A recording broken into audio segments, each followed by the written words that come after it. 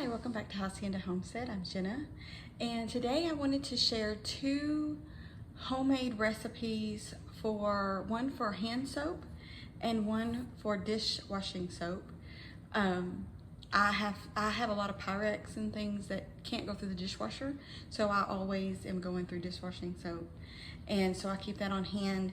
And I try always to go the non-toxic route. I don't want to have to use a lot of things that I can't even pronounce on my surfaces or my hands. And I recently came across two recipes that I've been using, and I wanted to share them with you.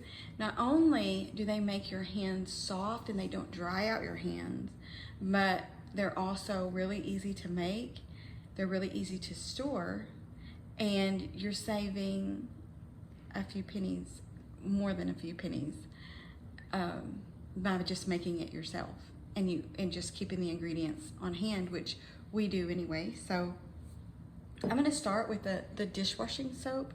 So I had this old bottle of Myers Clean Day that it's been months since I ran out of this. Somebody gave it to me, they didn't like it, and so I thought, well, I'm going to use it until it's out. And so I just reused this bottle. I rinsed it out and reused it. So it still is about halfway full, I guess, a little under half. And I'm going to make some more dishwashing soap just so I can have it under my counter. So if I'm in a hurry, when this one runs out, I can just get a funnel and pour some in there and refill it, so I don't have to get all my ingredients out right then. So the first thing we're going to do is get 2 cups of warm water. Okay, I put 2 cups of warm water in my mason jar, and you can put it in anything you want, and you don't have to pre-make it. You can make it and turn around and use it. I'm just doing this so it'll be easier on myself when I run out. So 2 cups of warm water and a tablespoon of salt. So you want to mix it around so that the the salt dissolves.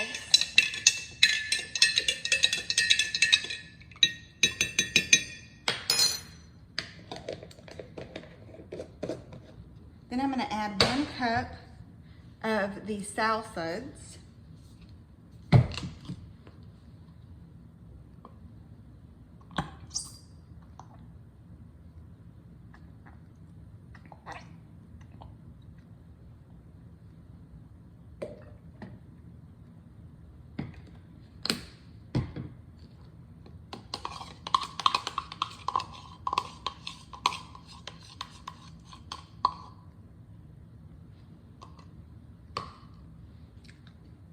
And 4 tablespoons of lemon juice. Now, normally I would juice a lemon and go through all that. I didn't have a lemon.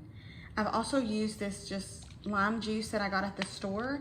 So I need 4 tablespoons of that, and I think that that's about what's in here. So I'm just gonna add it all. Yeah, because it was almost out. Then I'm gonna add 2 tablespoons of olive oil. You do not have to put olive oil in it, but it does help with skin softening and hydration. So I always do it.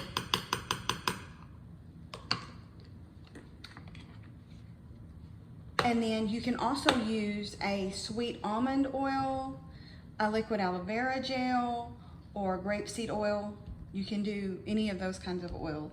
And then I'm going to add 10 drops of an essential oil. You can do, if it's for the kitchen, then I tend to do lemon. So I'm going to do about 5 drops of lemon.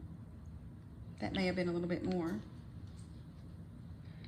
And a little bit of peppermint.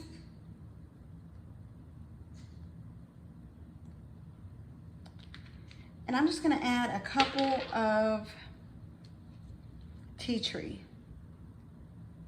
Well, that was a little bit more than a couple too. Okay, and then it's done. And I'm just going to kind of mix it up, and if you'll notice, I don't know if you can tell, but it's already starting to thicken. So this does thicken up. Like, it may not be quite as thick as a normal, what you would use from the store. It might not be that thick, but it is thick. It does thicken up really well. And usually after 24 hours, it's even thicker.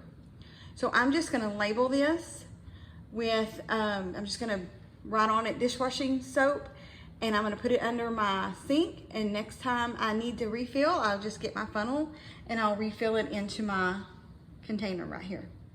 So the next thing I'm gonna show you is our hand soap. Now, I recently started doing this even before I started making my own dishwashing soap.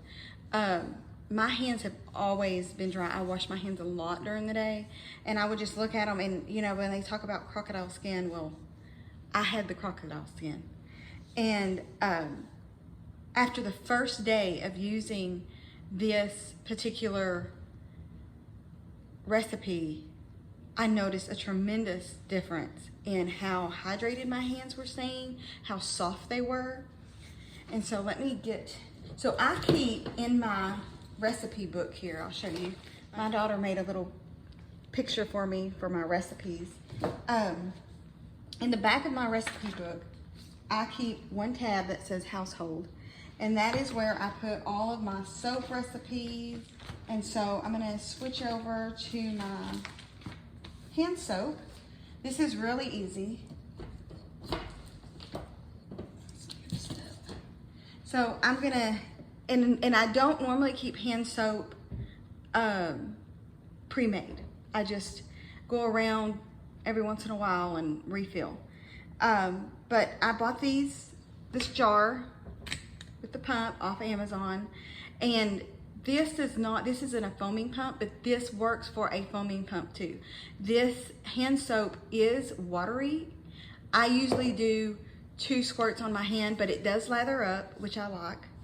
And I've contemplated getting the foaming dispensers just because I think I wouldn't have to do 2 pups then, because it's something, but you know, I'm just being picky, really. So you can use this either just through a regular pump, or you can get a foaming pump. So for this, I'm gonna need a 1/4 cup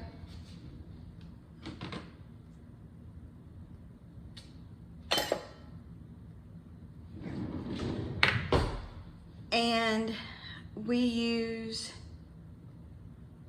the unscented pure Castile soap from Dr. Bronner's also. And I just got this thing. I keep a lot of this because we use it to make several different things.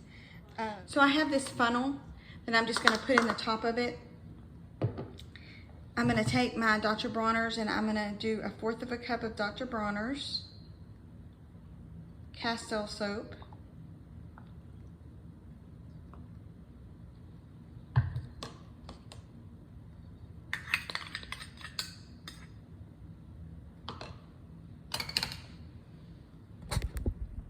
Down so you can see. So I put a 1/4 cup of the Castile soap in there, and then I just need to add about 5 drops of essential oils. So I have some lavender here. I'm gonna do some lavender drops. And then because it is something we're using for the bathroom, I wanna go ahead and add some tea tree. Tea tree is antifungal, just kills bacteria. And then I think that's all I'm gonna put in there. And then we're just going to add water to it. And as you can see, it did foam up a little, but that's okay. I'm gonna put my top back on. I filled it a little too full. So I'm gonna put my top back on, and then I'm just gonna slowly turn it back and forth to just incorporate those essential oils and the Castile soap. And then it's ready to go.